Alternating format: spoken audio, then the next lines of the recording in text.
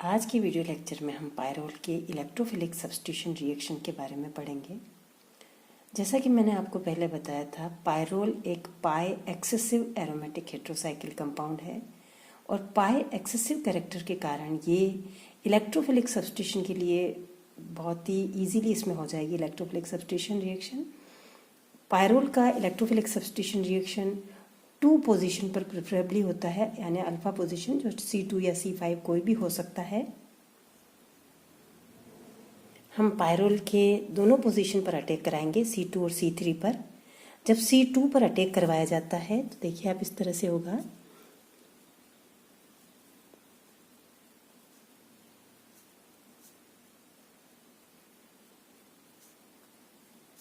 ये resonance hybrid होगा। इसकी स्ट्रक्चर हम बना लेते हैं।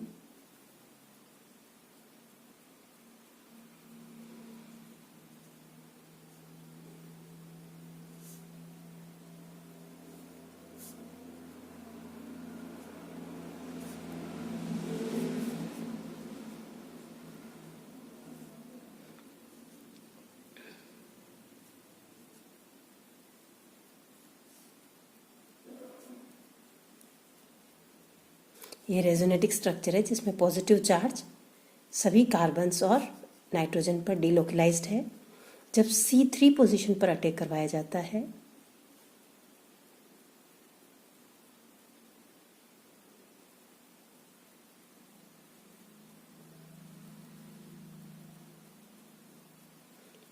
ये इंटरमीडिएट बनेगा।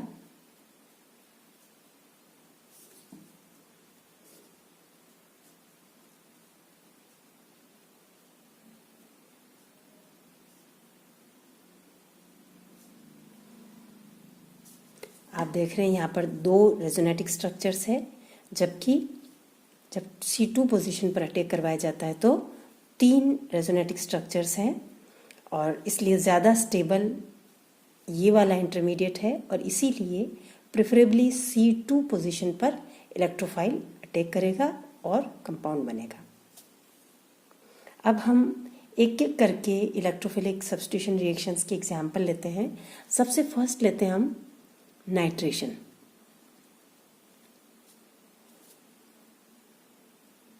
नाइट्रेशन जनरली कंसंट्रेट HNO3 और कंसंट्रेट H2SO4 से करवाया जाता है, लेकिन पायरोल के केस में हम ये नहीं ले सकते क्योंकि हमने पिछली बार वीडियो में देखा था कि स्ट्रॉन्ग एसिडिक कंडीशन से ये डिकम्पोज हो जाएगा और पॉलीमराइजेशन भी हो सकता है, इसका डाइमराइजेशन और पॉलीमराइजेशन हो जाएगा, इसलिए इसके लिए ये काम में नहीं लिया जा सकता है।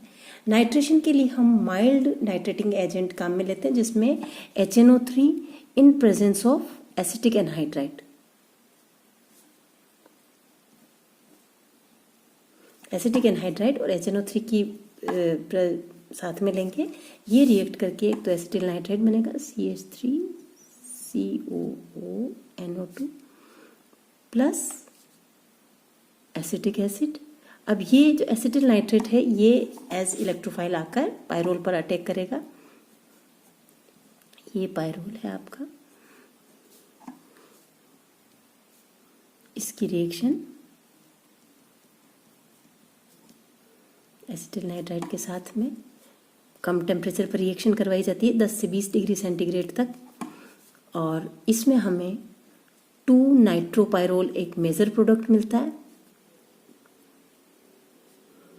2 नाइट्रोपायरोल और माइनर प्रोडक्ट के रूप में हमें यहाँ पर 3 नाइट्रोपायरोल भी मिलता है।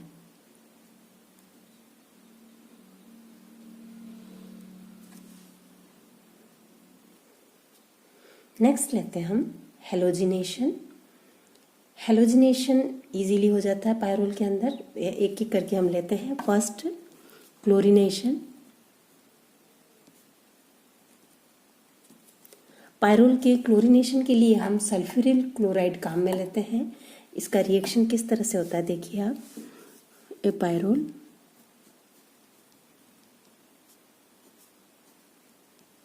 इसकी रिएक्शन हमने सल्फ्यूरिल क्लोराइड और ईथर की प्रेजेंस में रिएक्शन करवाएंगे हम।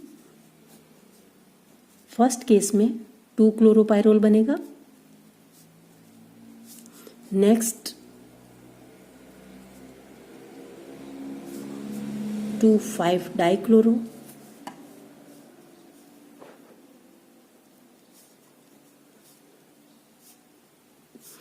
यदि और भी हम रिएजेंट ज़्यादा काम में लेते हैं ये टेट्राक्लोरोपायरोल बनेगा।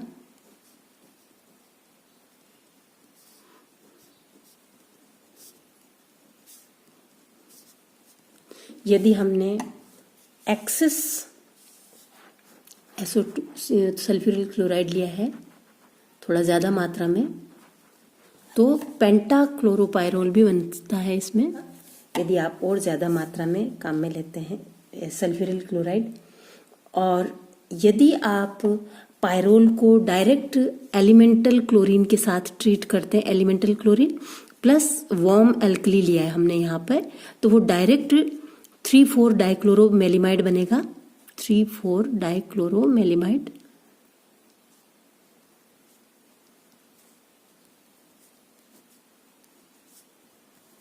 और 3,4 डाइक्लोरोमेलिमाइड जो है ये पेंटाक्लोरोपायरोल के हाइड्रोलिसिस से भी बन सकता है। यदि आप इसका हाइड्रोलिसिस कराएं पेंटाक्लोरो का तो इससे भी बन सकता है। अदरवाइज डायरेक्टली जो मेलिमाइड होगा 3,4 डाइक्लोरोमेलिमाइड ये elemental chlorine plus aqueous alkali के साथ में वार्म एक्वस एल्कली थोड़ा सा गर्म किया जाता है तो ये रिएक्शन होगी और ये कंपाउंड बनेगा यहाँ पे। नेक्स्ट लेते हैं हम ब्रोमिनेशन। जब पायरोल की रिएक्शन ब्रोमीन और एसिटिक एसिड के साथ में करवाई जाती है, पायरोल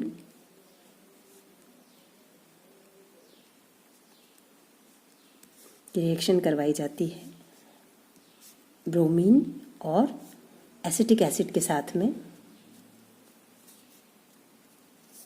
तो ये बनेगा आपका टेट्राब्रोमोपायरोल।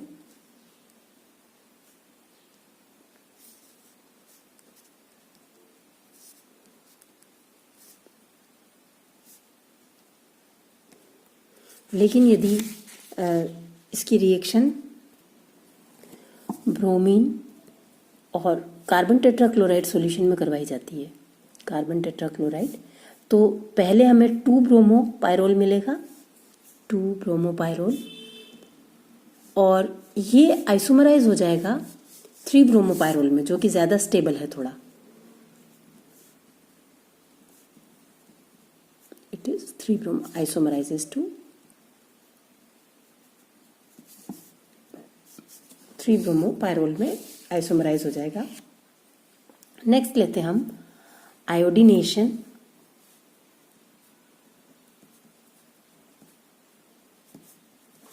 यदि पायरोल का रिएक्शन हम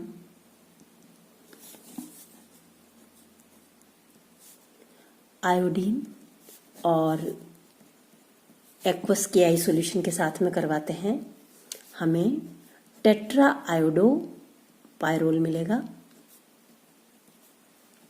टेट्रा आयोडो पायरोल मिलेगा। नेक्स्ट लेते हैं हम sulphonation of pyrrole. Normal condition में जैसे कि हम सल्फोनेशन जनरली कंसनट्रेट H2SO4 के साथ में करवाते हैं, लेकिन यहाँ पर कंसनट्रेट सल्फ्यूरिक एसिड काम में नहीं ले सकते क्योंकि पायरोल इस कंडीशन में पॉलीमराइज हो जाएगा। इसलिए एक बहुत ही माइल्ड सल्फोनेटिंग एजेंट लेते हैं जिसमें पिरिडीन सल्फर ट्राइऑक्साइड काम में लिया जाता है, लो एसिडिटी का। जो रिएक्शन इस तरह से होगी इसकी, पायरोल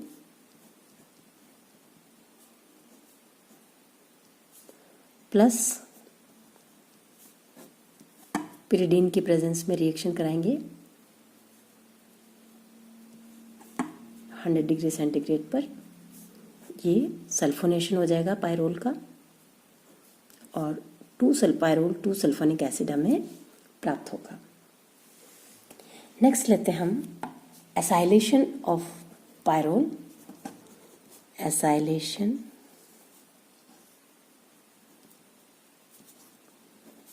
ऑफ पायरोल। एसाइलेशन के लिए भी हम एसिटिक एनहाइड्राइड के साथ में इसका रिएक्शन कराते हैं। 100 से 150 डिग्री के बीच में रिएक्शन करवाएंगे हम। Pyrrole plus acetic anhydride 100 degree to 150 degree centigrade temperature 2 acetyl pyrrole मिलेगा।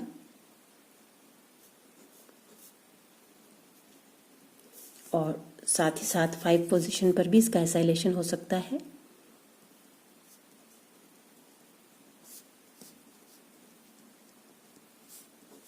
टू 5 डाई एसिटिल पायरोल भी हमें मिलेगा इसमें। लेकिन यदि एसिटिक एनहाइड्राइड के साथ में सोडियम एसीटेट काम में लिया जाता है, जैसे पायरोल का हम रिएक्शन करवाएं, acetic anhydride CH3CO whole twice O plus sodium acetate CH3COONA, तो उस केस में N पोजीशन पर आपका एसाइलेशन होता है, हमें N एसिटिल पायरोल मिलेगा, प्लस एसिटिक एसिड बन जाएगा यहाँ पे।